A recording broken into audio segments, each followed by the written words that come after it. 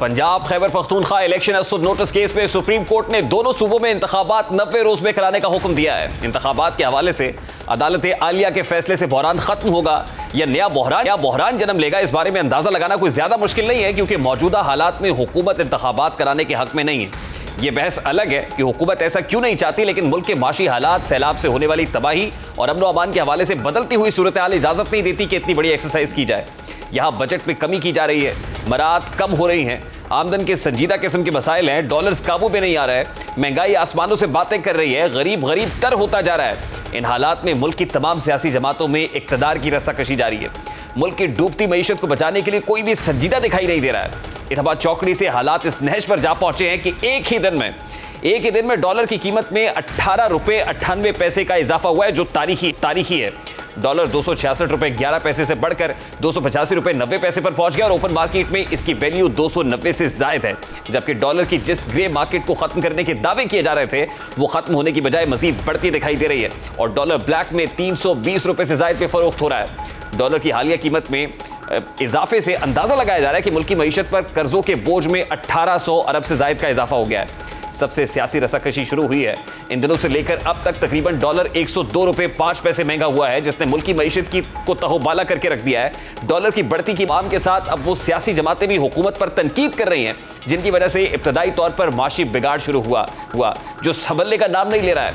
ये वो वक्त था जब IMF के साथ मामला ठीक थे और प्रोग्राम ऑन ट्रैक था, लेकिन उस वक्त की हुकूमत ने सख्त शराइत पर IMF से मुआहिदा तोड़ डाला। लेकिन इसे मुकम्मल करने की बजाय मुआहिदा हुआ, उसे राह फरार इख्तियार की गई, शराइत के मुताबिक मुश्किल फैसले करने की बजाय सियासी फैसले किए गए, जिससे IMF ऐसा उठा कि लाख जतन के बावजूद भी मानने को तैयार नहीं है।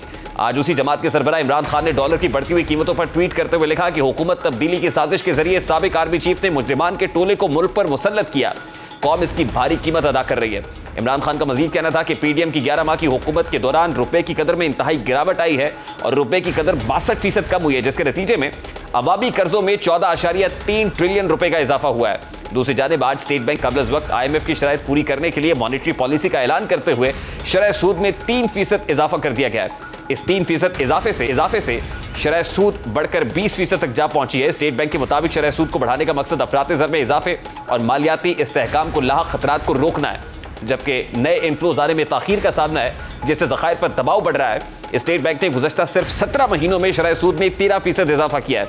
खदशा इस बात का है कि आने वाले दिनों में माशी मुश्किलात में मजीद इजाफा होगा, क्योंकि शरह सूद में जिस तेजी से इजाफा किया गया है उसकी मिसाल गुज़श्ता कई दहाइयों में नहीं मिलती है। दूसरी जानिब मुल्क में महंगाई की शरह 48 साल सतह 31.5% तक जा पहुंची है। इदारे शुमारियात की जानिब से जारी किए गए आदाद-ओ-शुमार के मुताबिक एक माह के दौरान महंगाई की शरह में 4.32% इजाफा रिकॉर्ड किया गया है, जिसके बाद मुल्क में महंगाई की मजमूई शरह 31.5% तक जा पहुंची है। इससे पहले अप्रैल 1975 में महंगाई की शरह 29.3% थी। इदारे शुमारियात के आदाद-ओ-शुमार के मुताबिक जुलाई 2022 तक फरवरी 2023 के दौरान महंगाई की शरह 26.19% रिकॉर्ड हुई। इदारे शुमारियात का बताना है कि एक महीने में शहरों में चिकन 19%, खुर्दी तेल 17%, घी 16%, इसी तरह से ताज़ा फल 15%, सब्जियां 13% महंगी हुई हैं। इसी असना में दाल चना 11%, बेसन 10.98%, दाल माश 10.35% महंगी हुई है। इदारे शुमारियात के आदाद-ओ-शुमार के मुताबिक एक माह में शहरों में प्याज 17%, टमाटर 11%, आटा 3% सस्ता हुआ है। आदाद-ओ-शुमार के मुताबिक एक साल में शहरों में प्याज 416%, चिकन 98%, अंडे 78%, चावल 77%, दाल मूंग 56% तक महंगी हुई है और एक माह में देहात में फल 21%, चिकन 15%, सब्जियां दाल मसूर 8% महंगी हुई है, जबकि एक माह में देहात में टमाटर 15%, प्याज 7% और गंदम 6% सस्ती हुई है। महंगाई बुलंद तरीन सतह पर पहुंच गई है। IMF प्रोग्राम बहाल होगा या नहीं होगा, यह मुआहिदा कब तक मुकम्मल होगा, वसूख से कुछ नहीं कहा जा सकता। ऐसे में मुल्क में जारी सियासी कशमकश माशी हालात में मजीद बिगाड़ का सबब बन रही है। इस वक्त पाकिस्तान तहरीक इंसाफ हुकूमत को किस तरह से तनकीद का निशाना बना रही है, जरा उसकी एक झलक भी आपके सामने रखता हूं। तो शुमार के साथ ये साबित किया जा सकता है कि पाकिस्तान का सबसे बड़ा सानिया जो पिछले 75 साल में हमारी तारीख के पेश आया है, वो ये PDM हुकूमत के 11 माह थे। आदाद-ओ-शुमार हमारे मुल्क पे इकोनॉमिक सैंक्शंस भी लगाई गई, लेकिन जो पिछले 11 माह के अंदर माशी तबाही आई है और आम आदमी की जिंदगी के अंदर जो परेशानी और मुश्किलात आई हैं और जिस तरह पाकिस्तान के पोटेंशियल को और पाकिस्तान की सोसाइटी को तबाह किया गया है, इससे पहले कभी नहीं हुआ। आज जिस वक्त हमाद अजहर इस हुकूमत को तनकीद का निशाना बना रहे इकोनॉमिक स्ट्रेटजीज़ के ऊपर, तो मैं एक और शॉट आपको सुनवाना चाहता हूँ। वो शॉट है साबिक वज़ीर ख़जाना शौकत तरीन साहब का, और वो एक ऑडियो सामने आई थी जिसमें वो दोनों सूबाई वज़राए ख़जाना के साथ बात कर रहे थे और ये कह रहे थे कि IMF को जो कमिटमेंट दिए आपने ये तय करना है कि इस कमिटमेंट को पूरा नहीं करना है, ताकि ये जो हुकूमत हमें पॉलिटिकल विक्टिमाइजेशन का निशाना बना रही है इस पर प्रेशर आए और इसकी IMF के साथ डील ना हो सके। उस वक्त उन्होंने क्या कहा था, ज़रा वो भी आपको दिखाते हैं। कह देना है कि जनाबे वाला जो हमने कमिटमेंट दी थी वो फ्लड से पहले थी, अब फ्लड पे हमें बहुत पैसे खर्च करना पड़ेंगे, तो इसलिए हम आपको ये बता रहे हैं अभी से कि we will not be able to honour our commitment. बिल्कुल यही लिखना है आपने और कुछ नहीं करना।